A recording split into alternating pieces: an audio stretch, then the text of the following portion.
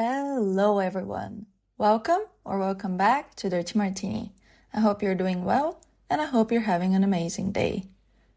I'm chiming in fully recharged, or at least as recharged as I can be after my weekend of disconnection that I told you I was planning last week. Well, to be honest, I could use a bit more sleep, but then again, when can I not? I think I'm just a chronic victim of sleep debt. Now, if you're not familiar with the concept of sleep debt, it is the amount of loss of sleep that you accumulate over time. That sounds so confusing when I said it like this. Let me break it down. So, let's say you should ideally sleep around 8 hours per night. Although it has been proven that women require more sleep than 8 hours because we recover differently than men, and the studies which concluded how much sleep we need per night were done on men, of course. So yeah, as a woman you need between 7 to 9 hours, but let's stick with 8 for this explanation, because I think that's what we're all used to. So you're supposed to sleep 8 hours, but you end up sleeping 6 for one reason or another. That means you are 2 hours in sleep debt. And if you do that again the following night, you're now in sleep debt of 4 hours, and so on and so forth. And it just accumulates over time. I don't even want to know how much sleep that I'm in because that information would genuinely make me cry. So yeah, your body requires that rest. It needs that restoration, that recovery.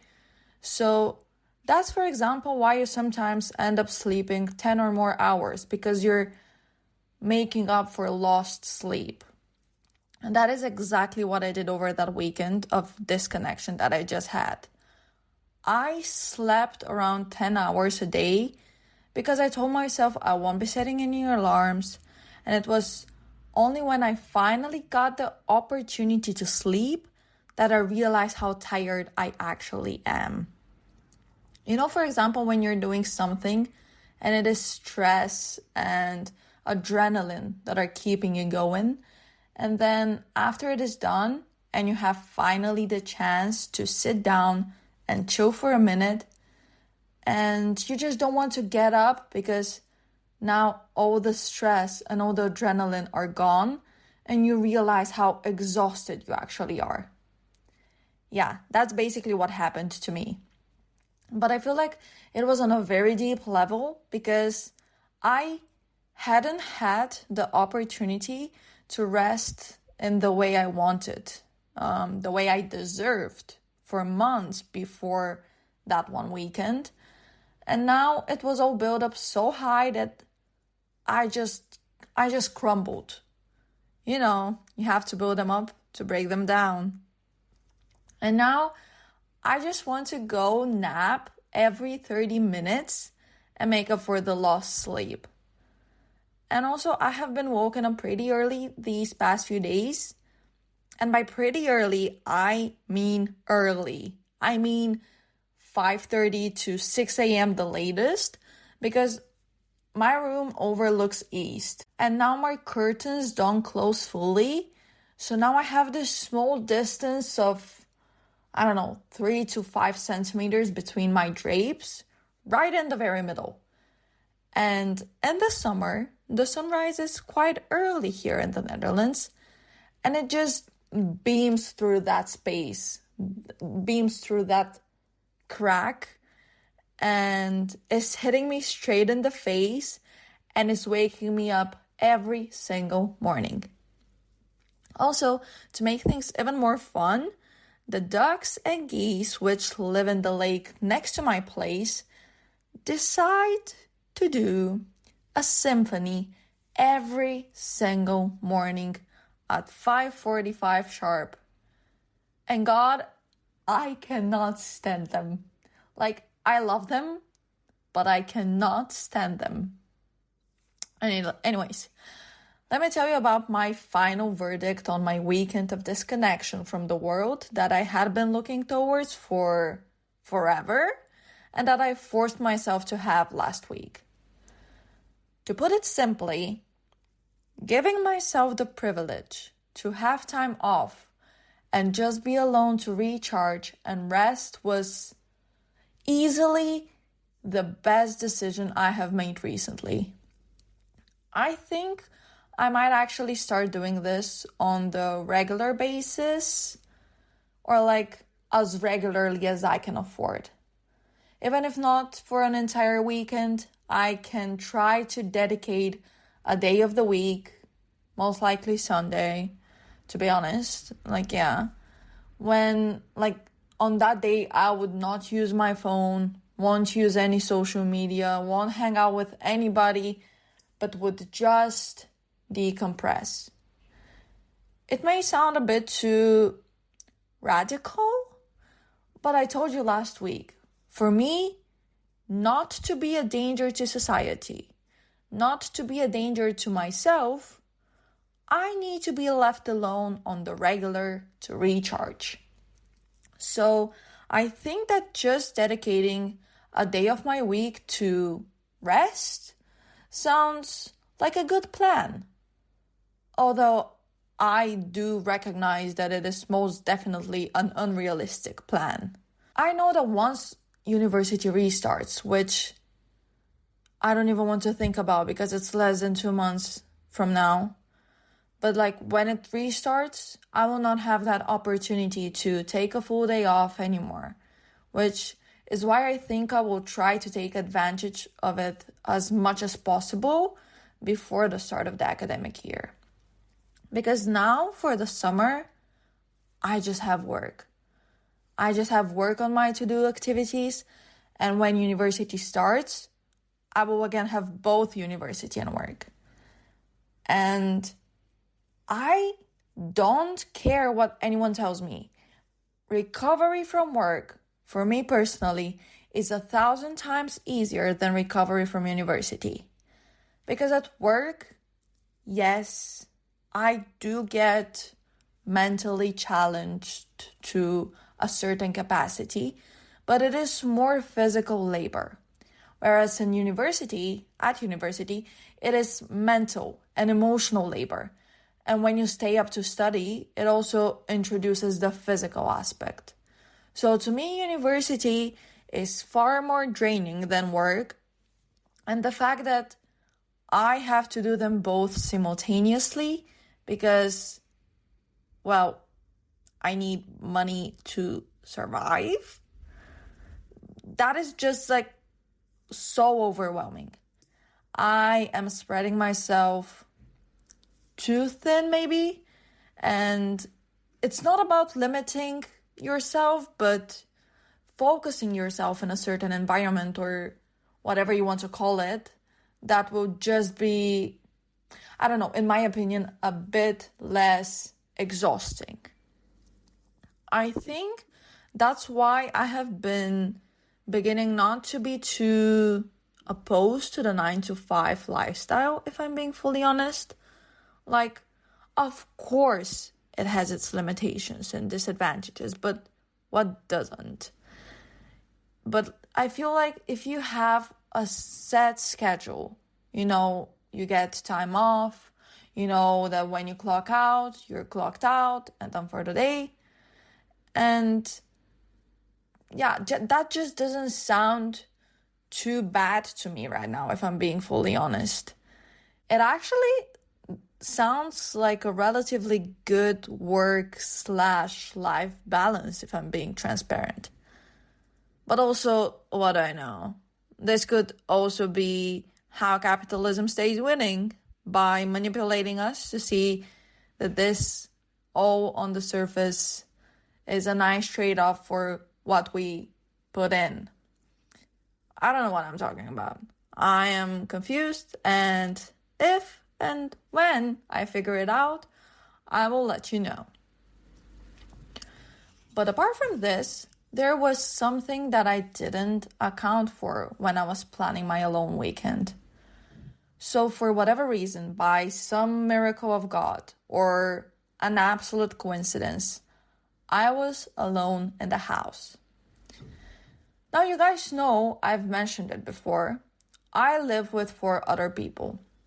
So my entire life, I have always lived with people, apart from a period of 6 months, roughly, when I lived by myself. But that doesn't necessarily count because, you know what, let's not even go there. It just doesn't count. Basically, my entire life, I have shared spaces with people. And I have been dreaming about living on my own for forever, about having my own space, my own kitchen, my own bathroom, just, my own living situation thing. And somehow the stars align in my favor, or so I thought. And this past weekend, that I wanted to be alone more than anything in the world, none of my housemates were here. So I was alone. And during the day, I was totally chilling. I was loving it so much. Like nothing could take away my happiness during the daylight and me being alone. But then the night came and I was scared out of my body because I realized that me being alone means that I was alone. And I don't know if you're also mentally unstable like me, or you actually are a sane person, but my mind convinced me that someone will break in and kidnap me. I was just convinced. No, I knew it was going to happen. I could fully visualize it. So I apologized to my landlords for the electricity bills, but I left the lights on because, well, nobody does crime in the light. Duh. No, but the dark started freaking me out, and I was convinced someone was hiding behind furniture. With the 3 pieces of furniture I have, I was convinced someone was hiding behind it or behind the corner and was just trying to kill me. Please tell me I'm not the only one whose mind immediately goes to this. I think that's why I cannot watch real life crime documentaries. I am always so fascinated with people who listen to true crime podcasts or watch murder mysteries before they go to bed. How? I'm already too scared by what is not there and by what I imagine could happen, and knowing what has already happened to other people would just freak me out. So, around midnight on Saturday when everyone is out clubbing and having fun, just enjoying life, I tried to calm down, but I couldn't. I was convinced someone was going to come, kidnap me, and sell my body parts. So my mind was going at 200 kilometers per second, and I couldn't do anything about it because, I locked the front door, but I was too scared to lock my room as well, because what if someone climbed through my window and I couldn't escape through my door because I had locked it? I promise you, I'm fun at parties, and it is fun and funny to be me. Anyways, I was coming up with all those scenarios, and I knew there was nothing else for me to do, so I just shared my location with my friend to come save me if someone tries to come and kidnap me. Because, if someone were to abduct you, you'd definitely have enough time and would be allowed to take your phone with you. Trust me, I realize how ridiculous all of this sounds, but guys, I was convinced in my blood. I knew it in my bones. And then I just put on some Adam Sandler movie to distract myself and lift up my spirits, because No matter what is going on in life, there is nothing that cannot be fixed with a bit of Adam Sandler screen time. So I fell asleep at a certain point, and as you can imagine, I woke up not kidnapped. I mean, if I were, I wouldn't be talking to you right now. And the next night, like Sunday night, the fear was back, but on a significantly lesser scale. So, what's the moral of the story? Well, what we can take away from this is that situations, first of all, be careful what you wish for. Because I was longing to be alone. And then I was alone. And look at how that turned out for me. But the second lesson that we can take away from this situation is that situations get less scary and our irrational fears can be reduced when we face them. So now, to be honest, I genuinely don't know if I'm cut out to live by myself.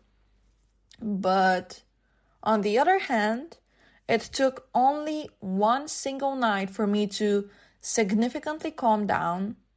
So maybe it is still worth trying to live on my own. Although in this economy, I'm not necessarily convinced I will ever be able to afford to live with less than 4 housemates. But that is another topic for another time.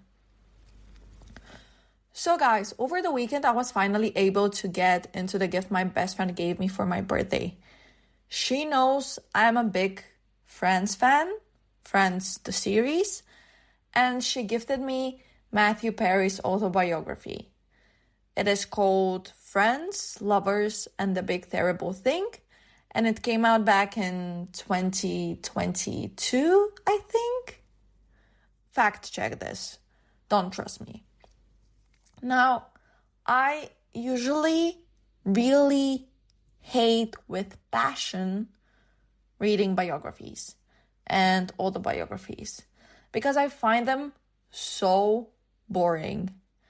And I think this stems from when I was in the 4th or 5th grade, and during the summer we were assigned to read Bronisław Nuschitz. I'm sorry, I cannot pronounce his name, but his autobiography. Nuschitz. I don't know, that guy.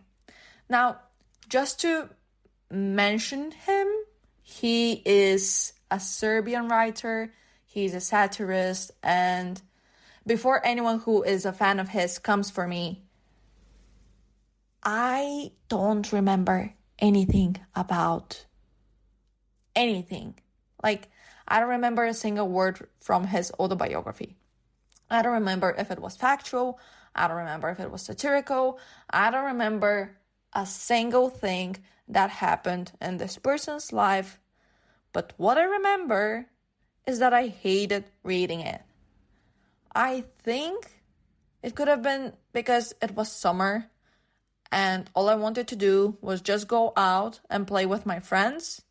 But I was forced to stay inside and read it. So I don't remember reading it. I don't remember a single word that person has written. But I remember that while I was reading it, I swore never to read a biography or an autobiography ever again. Which I should have explicitly mentioned to my friends, because for my birthdays, they do tend to gift me the biographies or autobiographies, whatever, of actors or singers or just people I am currently obsessed with. So, my bad. Because I can't force myself to sit and read a biography or an autobiography, although there is this one, let me be clear, there is this one autobiography that I am on the edge of my seat for. And when it comes out, hopefully within a year or two, I'm manifesting it now to be as soon as possible. But I will definitely let you know then which one I'm talking about. You know what? There's no reason for me to breadcrumb and Easter egg this. Why am I trying to be so mysterious when I'm the embodiment of Yapatron 3000? Who do I think I am? Taylor Swift? I cannot Easter egg like her. Like, I cannot do this 3 years in advance. I am no such mastermind. So I'll just tell you now. I would be terrible in court. I would be terrible if someone was to do an investigation and I would have to keep a secret. Like, I had to tell them everything. I just love talking. Whatever. So I am super excited to read Tana Mongeau's, or as recently renamed, Tana Mongeau. If you know, you know. So I'm excited to read Tana's book when it comes out. That woman has gone through so much in her life. She has had so many ups and downs, and somehow she has always succeeded to come out on top. I recognize that she has said and done questionable things, but I will not let you shame me for supporting Tana. Because props to her for her willingness and bravery to take accountability for her actions, to learn from her mistakes and grow from situations. I think this is what's really fascinating when it comes to Tana. And if you guys are not listening to the Cancelled podcast that she hosts with Brooke, I recommend it to you. It is funny. It makes me feel like I'm part of a raw conversation between two friends. And it's just entertaining. I actually discovered the Cancelled podcast when I was on exchange in the UK. And I was struggling to make friends. So I would just go out for super long, sometimes 4 or 5 hour long walks, and would just binge listen to all the episodes. And they gave me comfort. It is also basically what happened when I first moved to the Netherlands and discovered Call Her Daddy by Alex Cooper. To think that before I came to the Netherlands, I had never listened to a podcast and didn't see what all the hype was about, didn't see what the appeal was. And I thought that podcasts would be the most boring thing. And now I'm here, having one of my own. Life really is crazy. In the wise words of Michael Scott, how the turns have tabled. So yeah, overall, I couldn't care less about what the overall narrative around Tana is when it comes to people canceling her and stuff. I personally think that there is a lot to learn from her, and that the way she chose to play the cards she was dealt with in this life is fascinating, because it takes a lot of bravery to do what she has done with what she was given, and more importantly, with what was taken away from her. So I am fascinated by her story, and I would just love to hear her own narrative told by herself and not anyone else. So Tana, I know there's absolutely no chance on planet Earth that you're listening to this in any way, shape, or form, but I would just like to say that I cannot wait to read your story. Anyways, now back to Matthew Perry. That's where it all began, I forgot. Oopsie. Now, the reason I was particularly interested in reading Friends, Lovers, and the Big Terrible Thing is because I think Matthew Perry was super funny, and super charismatic. I am the most sarcastic person I know, and I would lie to you if I said I didn't find any comfort in his character on Friends. Chandler and I are more similar than I would like to admit. To avoid dealing with trauma, stress, problems, awkwardness or whatever, Chandler and I just crack a stupid joke that is sometimes, well, most of the times, unnecessary. I just resonated with his character on a deep personal level in the way he uses humor to cope with everything that comes his way. And Chandler, by the way, isn't necessarily my favorite character on Friends. I mean, I don't know who my favorite character is, to be honest. Maybe Rachel. But that could just be me projecting my admiration for Jennifer Aniston on her character, so I don't know. Anyways, so yeah, Chandler wasn't necessarily my favorite, but he's definitely the one I saw the most personal resemblance with. So when the actor passed away last year, I naturally was saddened because, well, Friends, like I'm sure for many of you, has been such a comfort zone for me. And I had been eyeing his book ever since the actor passed away. And my friend gifting it to me was it was perfect. She gifted it to me in Bulgarian. And I know I have said that I cannot read literature for fun in English. So it was definitely easier for the text to resonate with me and reach me when it was in Bulgarian. But I just couldn't help but wonder how he decided to word his own story. Because the way Matthew Perry expressed himself was very specific.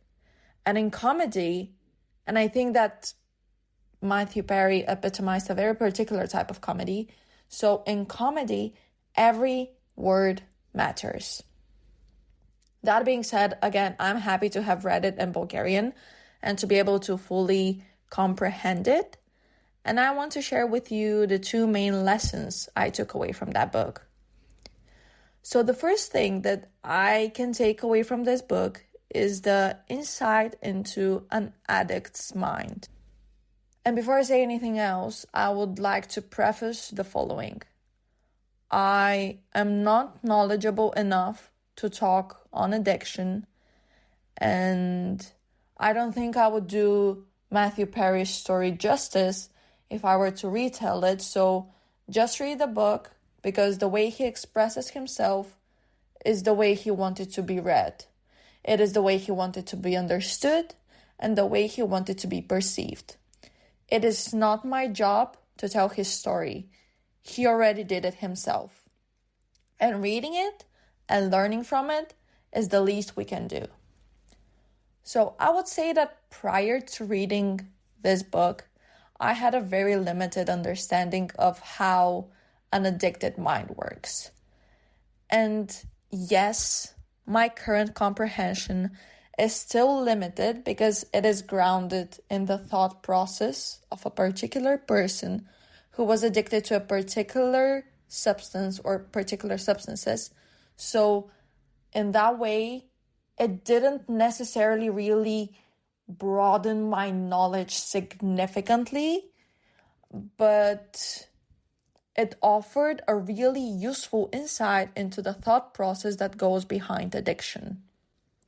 I think that Matthew Perry, in a very simple and attainable to the unfamiliar like me person, so in a very attainable to me way, explained how addiction can develop and manifest over time. And also the battles that come with it behind the scenes. And the anger, the shame, the disappointment, the helplessness, the pity, the regret, the envy of how he phrases it in Bulgarian is the healthy mind. I don't know if that's what he uses in English, but the translation in Bulgarian read and healthy mind. So yeah, those types of battles and those types of feelings. And reading his story definitely helped me with grasping better the emotional and mental aspect of addiction, because the physical aspect, more often than not, is visible to the outside world. But what goes into a person's head is a mystery unless they decide to disclose it, of course. And I think Matthew Perry's honesty and his straight up brutal transparency are very much needed to help people understand what goes into addiction so that they know how to help their friends, their families, themselves, and whoever is struggling with one form of addiction or the other. I think the book presents it so attainably that it eradicates the judgment that oftentimes people channel towards addicts. So I definitely recommend you to read the book again, because just read the book, please. Because addiction is more complex than its surface. Addiction is not just about abuse of a substance. There is so much that goes beyond that. It is an emotional, mental, and physical warfare. And I think that getting ourselves educated on that aspect is the first step with helping ourselves or someone else battle it. Because what I learned is that addiction is not limited to the what aspect, as in what are you addicted to, but it is more complex in the sense that it should be more about the how and the why of addiction. And the second lesson I took away from the book is something which, to be honest, my mom consistently tells me as well, and it is be careful what you wish for. Okay, spoiler alert, Matthew Perry talks about how in one of his most on the brink questionable moments, he fell down on his knees and prayed to God to do whatever it takes to make him famous and successful. And that wish came true. But what came with it were all the drugs, the alcohol, the unfulfilling sexual relationships, the feeling of loneliness and misunderstanding, the fear, the directionlessness, you know what I mean, the loss of direction. But his prayer was answered to. Matthew Perry became a highly paid Hollywood actor, living the life, at least that's how it seemed to be on the surface. And in the book, he reflects on how this was the price he had to pay for wanting to be a rich, famous, successful actor. And the price was too high. He even questions if he would have had to deal with addiction had he not become as successful, because his addiction was, on the financial aspect, extremely expensive. And had he not become as successful, would he have been able to simply afford those things he was addicted to? If. And the thing is that no matter how many ifs and buts, that was his reality. He couldn't undo the fame. He couldn't take back the success.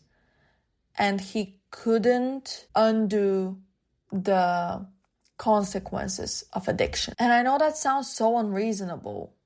Why would you want to revert your success? But if your success costs you your life and hurts everyone you love and everyone you care about and everyone who loves and cares about you, you cannot help but think, was the success worth it? I'm by no means trying to judge Matthew Perry for his decisions in life. I'm just trying to apply his experience and lessons to my life. The thought of the price you pay for dreams really made me think about what is that I really want from this life. Currently, I don't have concrete points or milestones that I want to at all cost hit in my life. Like I have to do this by this time. I have to do this, otherwise I've lived in vain or whatever. I don't have those, but I think it's because I currently feel very lost because everything is changing and it is changing at a rapid pace.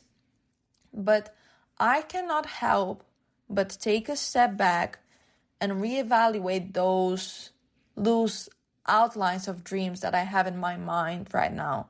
And I cannot help but think, is this really what I want? And is the price I have to pay to achieve this too high? My mom always says, you never know what you win when you lose, and you never know what you lose when you win. So I guess that is a great lesson to take into account for the future. Basically, we need to ask ourselves the questions, are our current dreams and current goals what we actually want in this life? Are they actually what we align with? Are they actually who we want to be? Just reflect on what needs of yours will be met if you were to fulfill the dream. What material, what emotional, what physical need of yours will be met? Will it solve the problems you're trying to solve? So reflect on the positive that this dream will bring you, but also reflect on what it will cost you. Then evaluate the situation and see if that is a price you're willing to pay and if that is what you really want. Ask yourself, is this what I want to achieve in life? Is this what I want to do with my life?